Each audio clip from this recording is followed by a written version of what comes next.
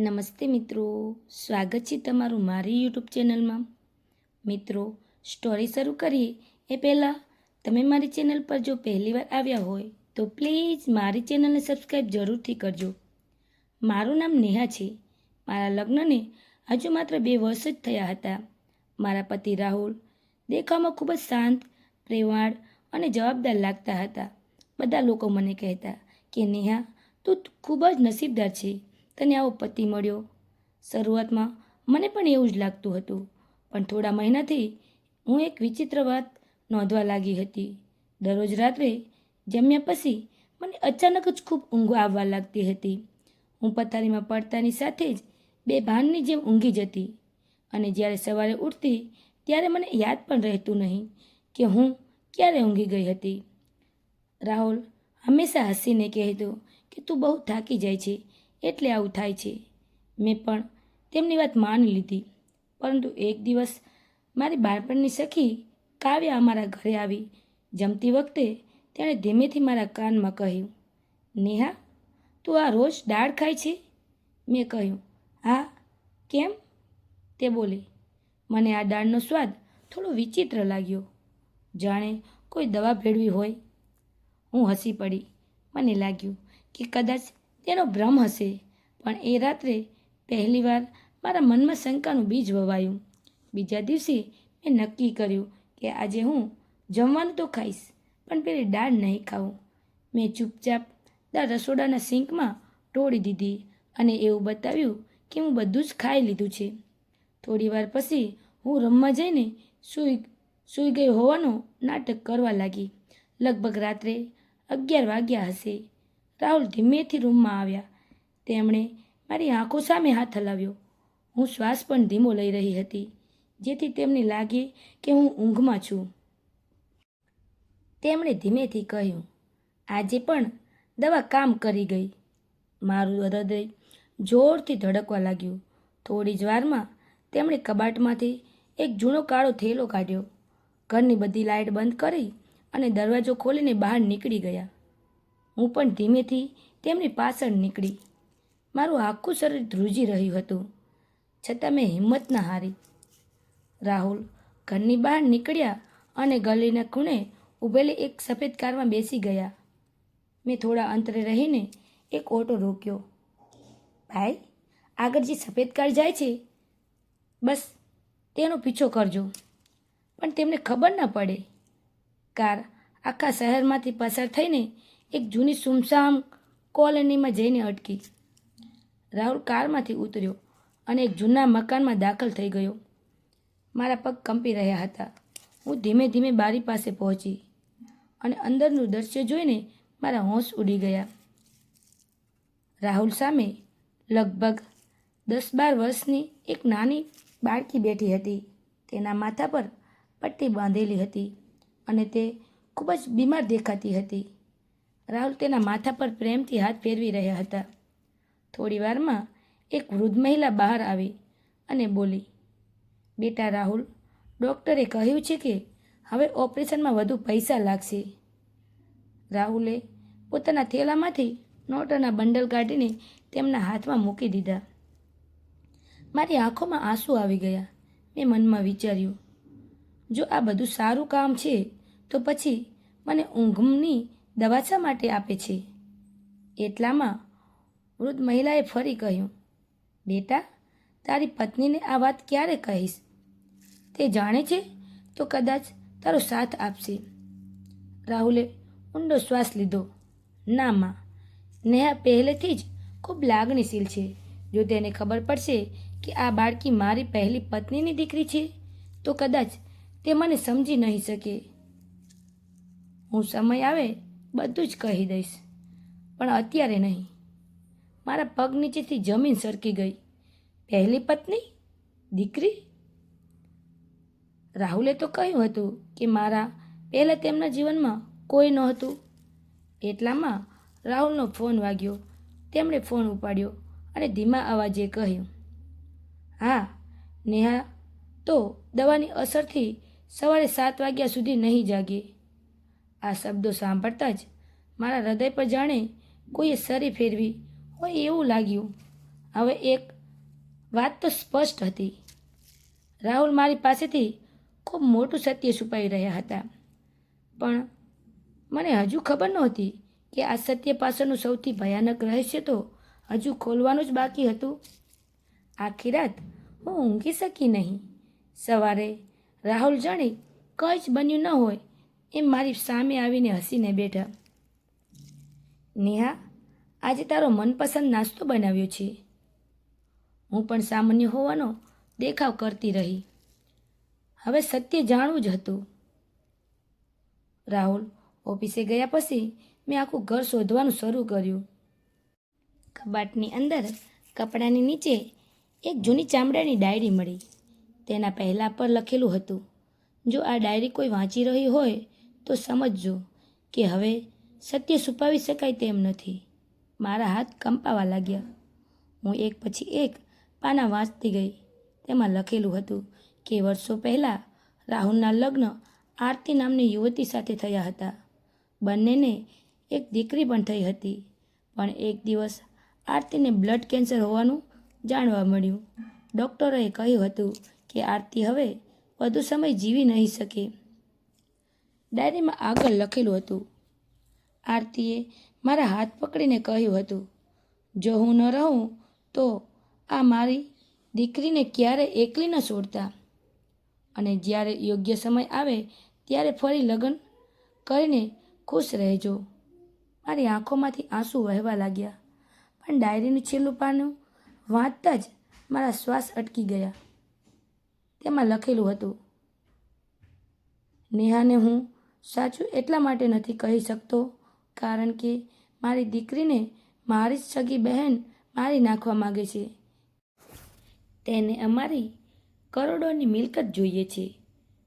જો નેહાને આ વાતની ખબર પડશે તો તે પણ જોખમમાં આવી જશે. એટલે જ હું તેને દરરોજ ઊંઘની દવા આપું છું, જેથી તે અજાણતા પણ મારા પાછળ ન આવે. એટલામાં ટિંગ ટોંગ ઘરનો દરવાજો વાગ્યો. મેં દરવાજો ખોલ્યો. સામે એક અજાણી સ્ત્રી ઊભી હતી. તે ધીમેથી મારી તરફ વળી અને બોલી, તું નેહા છે ને? હું રાહુલની બેન કિરણ છું અને જો તારે જીવતું રહેવું હોય તો આ ડાયરી તરત જ મને સોંપી દે. મેં ડાયરી પાછળ છુપાવી દીધી. એ જ ક્ષણે કિરણના ચહેરા પરનું સ્મિત ગાયબ થઈ ગયું. તેણે પોતાના પર્સમાંથી એક પિસ્તોલ કાઢી અને સીધી મારી તરફ તાકી દીધી. હવે નિર્ણય તારો છે. ડાયરી આપે છે કે પોતાનો જીવ? મને મારી આંખો સામે બધું અંધારું થઈ ગયું હોય તેવું લાગ્યું. મારા હાથમાંથી ડાયરી લગભગ સરકી ગઈ. કિરણે પિસ્તોલ મારી તરફ તાકી રાખી હતી. નેહા, છેલ્લી વાર કહું છું, ડાયરી મને આપી દે. મારી આંખોમાં ડર હતો, પરંતુ હવે હું સત્ય જાણવા વગર પાછળ હટવા તૈયાર નહોતી. મેં ધીમેથી કહ્યું, કિરણબેન, આખરે તમે આ બધું શા માટે કરી રહ્યા છો? કિરણ જોરથી હસી પડી. કારણ કે આ આખી મિલકત મારા હાથમાં આવવી જોઈએ. રાહુલ જીવતો રહેશે ત્યાં સુધી તો એ શક્ય જ નથી. અને હવે તું પણ બધું જાણી ગઈ છે. એટલામાં ધડામ ઘરનો દરવાજો જોરથી ખુલ્યો. નેહા, નીચે વળી જા. રાહુલનો અવાજ સંભળાયો. મેં તરત જ નીચે વળી ગઈ.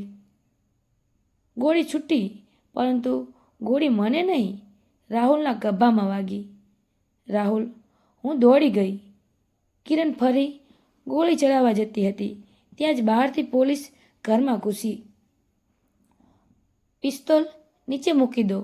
કિરણ ભાગવાનો પ્રયાસ કરવા લાગી, પરંતુ પોલીસે તેને તરત જ પકડી લીધી. હું આશ્ચર્યથી રાહુલ તરફ જોઈ રહી હતી.